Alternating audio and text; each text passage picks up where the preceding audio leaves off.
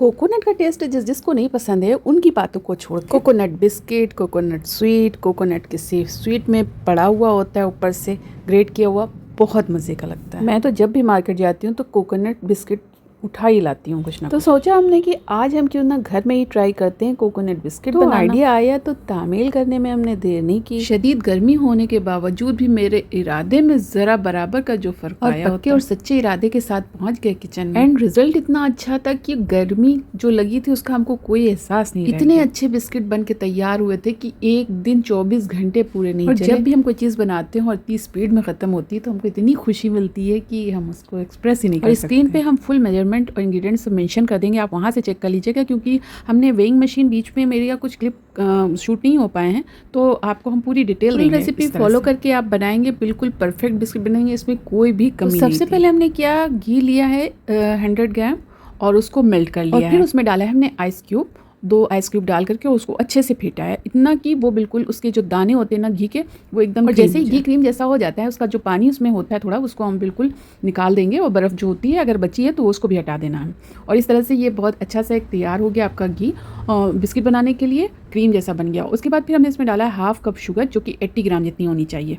Powder sugar हमने use किया है, आप कैस्टर शुगर भी यूज़ कर सकते हैं। और अब इसको अच्छे से बीट करना है, इतना बीट करना है कि इसका कलर भी बिल्कुल लाइट हो जाए, बिल्कुल फ्लफ़ी हो जाए। ये इतना आपको इसको बीट करना, थोड़ी हाथों को जहमत देनी पड़ेगी। 10-15 मिनट जितना टाइम लगेगा इसको बीट करने में आपको, और ये बहुत अच्छी कंसिस्टेंसी में आ जाएगा। ये देखिए बिल्कुल क्रीम जैसा। नेक्स्ट स्टेप पे आते हैं। मैदा हमने ऐड किया इसमें। मैदा 200 ग्राम वेट में होना चाहिए, नहीं तो 1 कप एंड 3/4 कप इतना मैदा होना चाहिए।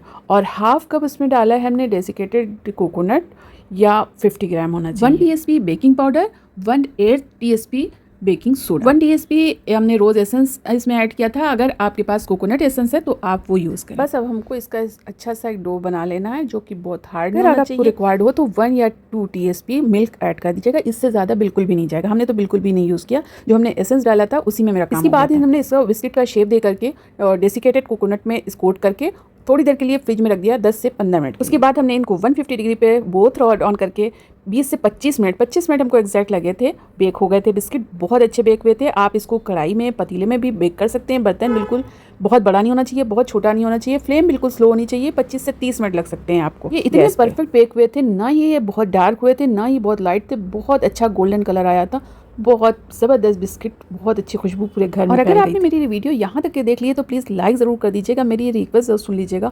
चैनल पे फर्स्ट टाइम है तो सब्सक्राइब कर लीजिएगा। फिर मिलेंगे किसी नई रेसिपी में। Till then bye bye.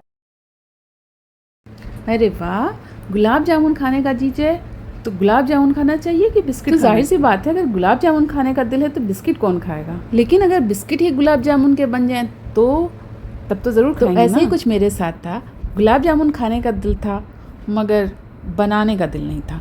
बनाने का था बिस्किट दिल, तो हमने सोचा बिस्किट ही बनाते हैं। तो ये जो बिस्किट आप देख रहे हैं ये गुलाब जामुन बिस्किट हैं, मतलब गुलाब जामुन के प्रीमिक्स से बने, सुपर सॉफ्ट और क्रंची बिस्किट, बिल्कुल मार्केट स्टाइल में ज़बरदस्त से बन के तैयार हैं। तो चलिए शेयर करते हैं रेसिपी। 100 ग्राम लिया है अनसॉल्टेड बटर, रूम टेम्परेचर वाला, मतलब ना ज़्यादा हार्ड होना चाहिए और ना मेल्ट होना चाहिए। उसके बाद लिया है 50 ग्राम पाउडर शुगर, आप आइसिंग शुगर भी ले सकते हैं। और इनको अच्छे से फेंटना है जब तक कि एकदम फ्लफी ना हो जाए, जब तक कि आपको इसको अच्छे से फेंटते रहना है। हाथों को थोड़ी जहमत देनी होगी, लेकिन रिजल्ट अनबिलीवेबल। वाकई इतनी टेस्टी और इतनी क्रंची बन के तैयार हुए थे कि बिल्कुल भी नहीं लग रहा था कि ये घर के। एक्चुअली दोनों को इतना बीट करना है कि बिल्कुल क्रीम ऐसे बन जाए, एकदम फ्लफी हो जाए, शुगर इसमें अच्छे से मिक्स हो जाए, इतने तक हमको इसको फेंटते रहना। और जैसा कि हम आपको दिखा रहे हैं ये बिल्कुल क्रीम जैसा एकदम बन गया है, एकदम क्रीमी हो गया है। और जैसे ये क्रीम ऐसा हो जाना है, हम इसमें डालेंगे 3/4 कप मैदा। 1 कप डाला है हमने गुलाब जामुन प्रीमिक्स, जो कि आता है MTR वगैरह का, वो लिया है हमने। 1/4 टीस्पून डाला है इलायची पाउडर, जो घर में हमने पाउडर बनाया है इसका, और साथ में हमने डाला है इसमें गुलाब एसेंस। और अगर आपके पास पिस्ता एसेंस है तो आप वो जरूर डालें। फाइन चॉप किए हुए पिस्ता डालें और साथ में डालेंगे थोड़ा सा दूध। दूध जाएगा सिर्फ 1 या 2 चम्मच, क्योंकि अगर दूध ज्यादा हो गया तो आपका डो अच्छा नहीं बनेगा और चिपचिपा सा गीला हो जाएगा। तो सिर्फ 2 टीस्पून ही पहले डालें अगर आपको लगे कि नहीं बाइंड हो रहा है, क्योंकि शुगर के साथ जैसे मिल्क डालते हैं वो फौरन ही जो है अपना मॉइस्चर रिलीज कर देती है। फिर आप इसको जैसा चाहें वैसा शेप में डाल सकते हैं, लेकिन इसको उससे पहले आपको थोड़ी देर फ्रिज में रखना। तो हमने इसको पहले रोल बना लिया, उसके बाद फॉइल पेपर में लपेट के इसको आधे घंटे के लिए फ्रिज में रख दिया, और उसके बाद हमने इसके स्लाइस कर लिए अपनी चॉइस के हिसाब से। और अगर आप इनको हाथ से शेप देना चाहते हैं तो शेप दे करके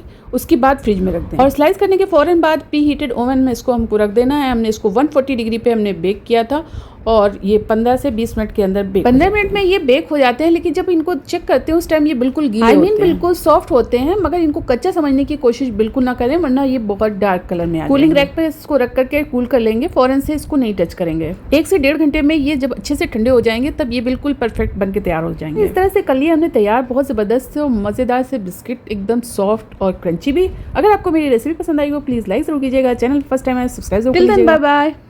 किसी टाइम बच्चे ऐसी चीज़ों की फरमाइश कर देते हैं जिसका बनाने का बिल्कुल भी दिल नहीं होता, लेकिन बच्चों की बात तो माननी ही पड़ती है। जैसे कि आज पास्ता बनाना, हमारा बिल्कुल भी दिल नहीं था पास्ता बनाने का, लेकिन भाई फरमाइश थी कि कोई सा भी पास्ता बना दिए, चाहे रेड सॉस का चाहे व्हाइट सॉस का। फिर क्या था, पास्ता बॉयल करने के लिए रख दिया हमने और उसको फुल बॉयल कर लिया हमने। पास्ता को बॉयल करने में ही जो टाइम लगता है बनाने में तो ज्यादा टाइम लगता नहीं है, झट से बन जाता है। गर्मी इतनी शदीद आजकल पड़ती कि कोई भी काम करने में दिल नहीं लगता, खासकर किचन के काम। पास्ता बॉयल कर चुके थे हम, अब हमको जाना था किचन में प्रॉपर टाइम देने के लिए। फिर एक पैन को रखा, उसमें हमने डाला थोड़ा सा एक्चुअली डालना बटर था, ऑयल इसलिए डाला कि बटर जलने ना पाए। यही बात किचन की होती है, कभी तो हम बटर को थोड़ा सा ब्राउन कलर करके यूज करते हैं अपनी रेसिपी में और कभी जलने नहीं देते। उसमें डाला चॉप किया हुआ गार्लिक। गार्लिक का कोई कलर नहीं चेंज करना, बस थोड़ा सा फ्राई करना, फिर अनियन डाल देना उसमें चॉप। और जैसे ही अनियन थोड़ी सी ट्रांसलूसेंट हो, उसमें हमने डाल दिया मैदा 1 चम्मच और उसको थोड़ा सा स्लो फ्लेम पे भून लिया। कलर नहीं चेंज करना है, बस थोड़ा सा कच्चापन दूर हो जाए। कलर चेंज हुआ तो व्हाइट सॉस पास्ता नहीं, ब्राउन सॉस पास्ता बन जाएगा। उसमें ऐड किया फ्रेश क्रीम और मिल्क साथ में। अब बराबर से स्टर करना रहता है, नहीं तो लम्स पड़ जाएंगे, उनको मेल्ट करने में टाइम लग जाएगा। बस थोड़ा सा थिक होने तक पकाना है, स्लो फ्लेम पे पकाना है।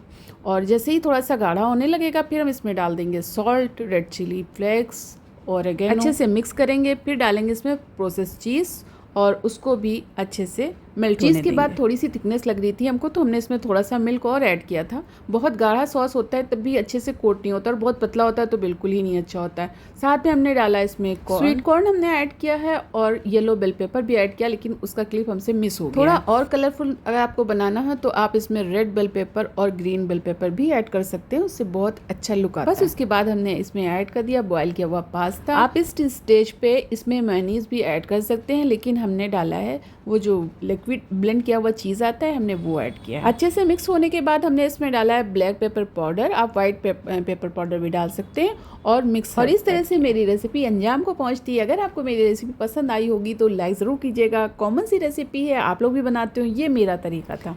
रेसिपी को लाइक कर दीजिएगा अगर आपको पसंद आई होगी। चैनल पे फर्स्ट टाइम होंगे तो सब्सक्राइब कर दीजिएगा। फिर मिलेंगे किसी नई रेसिपी में। Till then bye bye.